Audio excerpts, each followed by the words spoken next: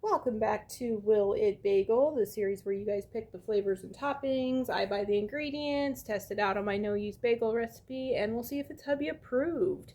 And we are back with the second video of the day for Dave and Lacey, and they wanted to see a gluten-free cinnamon raisin. Now this one is particularly interesting for me and a bit of a challenge because I've never worked with gluten-free flour on this recipe before. So we're going to test it out. This is actually a true test to see if this will bagel.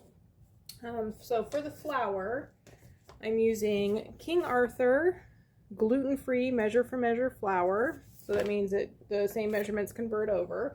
So with that, we have 1 3/4 cup of the gluten-free flour. We did add 2 teaspoons of baking powder and 1/2 teaspoon of salt. Now for the cinnamon raisin portion, I am going to be adding 1 teaspoon of cinnamon. I will be dusting and adding a little bit more cinnamon as we're kneading, just to maybe incorporate a little bit more flavor. I did notice that with the cinnamon raisins I made before, could add a little bit more cinnamon. So we'll be doing that. And 1/2 cup of raisins. All right.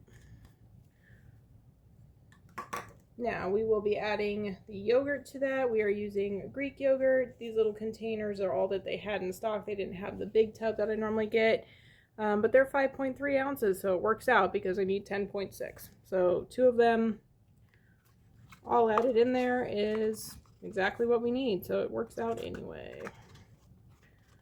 All right. So yeah, I'm super excited to try this one out. I don't know about gluten-free, like how it bakes differently. I know that it does, but I don't know how it's going to behave differently with this recipe. It could be a complete flop for all we know. I'm hoping that's not the case because I would like to tell Dave and Lacey, hey, this one works out for you guys. Give it a shot. You can make my no-yeast bagels with this. But we'll see. I know gluten-free is its own beast. So, okay. I'm going to get this mixed up and we'll be right back. Okay, something I am noticing right away, and this is different types of flours. This is definitely more dense, and it is not coming together like regular flour, and I didn't suspect that it would. So what this needs is a lot more moisture. So what I'm going to do is I'm going to start by adding another 2 to 3 ounces of Greek yogurt to it and see if I can get it to that right consistency. Let's see if it works. All right, we got it into better shape here. So I would alter my recipe slightly by adding another 2 to 3 ounces of Greek yogurt. So far, that is the only difference. Based off of the texture of this dough, I do have the feeling that we will probably not have a bagel that's as fluffy. I think this is going to be more dense, just based off of how it feels. But I guess if you are gluten-free, this is still a good alternative. And you still get a bagel, you still get the flavor, the cinnamon raisin. So yeah, we are going to get this wrapped up in plastic, let it sit for 30 minutes or so, and then we will be back to see it bagel. All right, we are back. Now, I'm very curious to see how these are going to roll out because this dough is definitely more dense than regular flour. And I kind of suspected that was going to be the case. But we're going to progress forward and see how this turns out. It's all in the name of testing out Will It Bagel. So this recipe makes 4 bagels. So it's an easy division into 4 sections. We do like we do with all the other ones. Going to form it into kind of a ball. And here's the tricky part about Will It Bagel. You got to poke a hole with your thumb and your finger here. And then, well, actually, this might actually form better because it's more dense. Ooh, I am worried. Are these going to boil okay, though? But, okay. So we've got our bagel kind of formed. Ooh, I'm getting kind of cautious. Getting kind of worried, but it's all in the name of Will It Bagel. It's not quite staying together the way I'd like. I mean, it is holding together there, but because it's more dense and heavy, it almost takes on kind of like a powdery feel, kind of.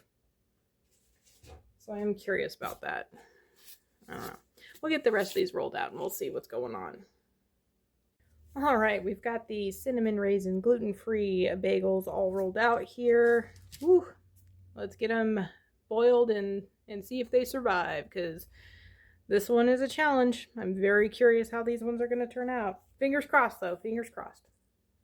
Now, for both batches, we will be boiling them in a pot of water with 2 tablespoons of honey for about 1 to 2 minutes on each side. Interesting. The cinnamon raisin bagels don't float. Something to keep in mind. Still not floating. So yeah, I guess these ones are too dense to float. Now for the cinnamon raisin, we're just going to do a simple egg wash on these ones. These puppies are dense. I have the feeling like they're going to be a pretty dense bagel. As you can see from the previous clip, they didn't float in the water bath there. So yeah, I hope we didn't just make like donuts instead or something. I don't know, like they're pretty dense. We'll see how they turn out. I'm hoping they turn out good, because I'd like to be able to give some good news to Dave and Lacey and say like, hey, here's a bagel recipe for you. If not, I won't give up that easily. We will try tweaking the recipe until we get it right. These ones, I'm going to start with the 350 for 20 minutes, kind of see where we're at. Not used to cooking with gluten-free flour, and I'm not sure how these are going to bake up. So this one's kind of a test in progress, but as soon as they cook up and get golden brown, I will let you guys know what the final result is, but I would assume it's at least 350 for 20 minutes and then 400 until golden brown. But if that changes, I'll let you guys know. All right, these came out looking pretty good. These are the cinnamon raisin gluten-free. They did cook up at 350 for 20 minutes, then 400 at 20 minutes. So stay tuned for part 2. We'll see if it's hubby approved.